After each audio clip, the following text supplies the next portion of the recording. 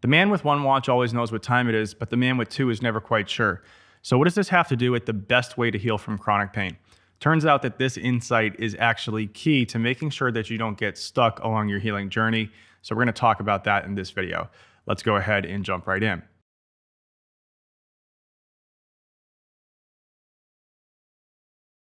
So for those of you who don't know me, my name is Greg Chaplin. I'm a physical therapist and strength and conditioning specialist, and I help people heal from chronic pain through a truly holistic approach. And we're going to get into what that means in a second. But I'm doing this not from just a professional standpoint, but I was someone who suffered from chronic pain for more than 10 years. And as someone who made a lot of mistakes along the way, I don't want you to make the same mistakes because I wasted a lot of time, money, and energy making those mistakes. So I don't want you to do the same. So this mistake that I'm going to be talking about is really, really common. It's something that I did. It's something that I see clients get hung up on, and I'm hoping that you can avoid this.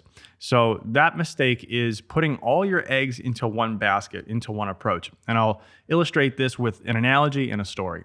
So think about a garden, right? So you have plants in the garden and you have a certain amount of water. And there's this perfect amount of water that you're going to be able to distribute to all the plants in the garden, right? So let's say you have a full garden can full of water, and let's say you pour that all on one plant and then none on the rest of the plants. What's going to happen in that scenario? Well, what's going to happen is that one plant that you watered is going to be totally oversaturated, probably going to grow some fungus and end up dying, not thriving at all, right?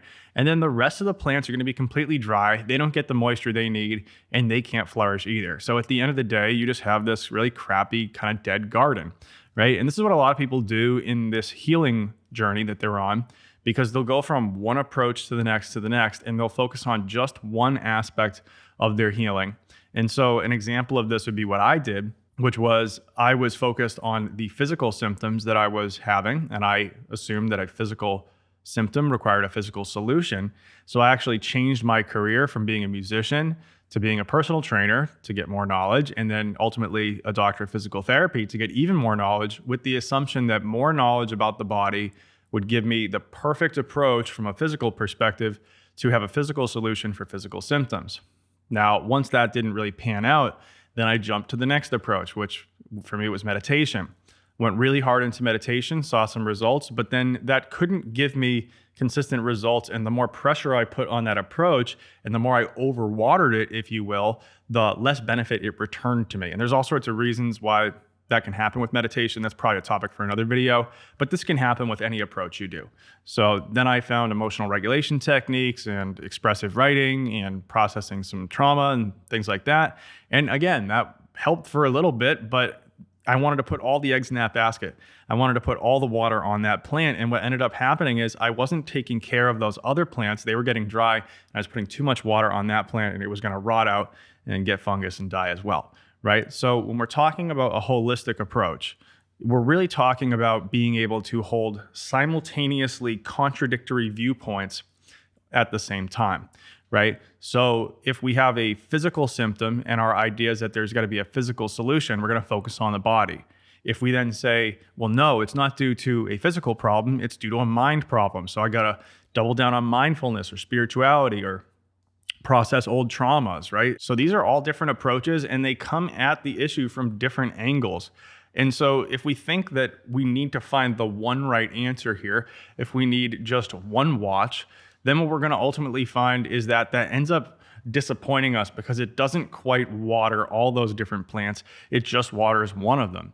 And so ultimately we're going to be disappointed because there's going to be some gap left by that. So let's go through some examples here. So let's say you're doing mindfulness practice, right? And by doing this, you get into this state where you're becoming aware of consciousness, and this puts everything else in perspective. It changes the way you relate to everything, right? In this case, we get this relief from a lot of the suffering that's associated with trying to fix and trying to find an answer and all that sort of stuff. But in a real physical sense, we still have restrictions in mobility. We still have movement limitations. And so, yes, we can go and we can work on that spiritual aspect, but it's not necessarily going to change something that might be better addressed through an actual physical type solution. Or another example is we're doing work on trauma and we're processing that. And this is creating this idea of we got to go back and think about all the things that happened to us and then process all the emotions associated with it, which puts us in this mode of fixer, right? And that's diametrically opposed to what the insight would be if we were practicing mindfulness, which is more acceptance, right? These things are not super compatible when taken together, but if you take each separately and apply them and take the best out of everything, then you don't ask any one approach to do too much. You're not overwatering one of the plants, but instead you're distributing your resources in a way that makes sense across that entire healing environment, right? So it's not just mind, it's not just trauma work, it's not just the physical piece of it, it's actually all of it. And so the big skill here, the key insight, is you want to be the person with 2 watches. You want to be the person with 3 watches, 5 watches, how many ever you need, because what it is it's having contradictory viewpoints simultaneously being held in your mind with no fantasy of resolving them. And if you can get into this mode of not having to have an answer, not having to be certain, not having to be in control, and instead thinking about setting up a healing environment that's going to allow the body to respond and naturally heal itself, then you're going to do a whole lot better.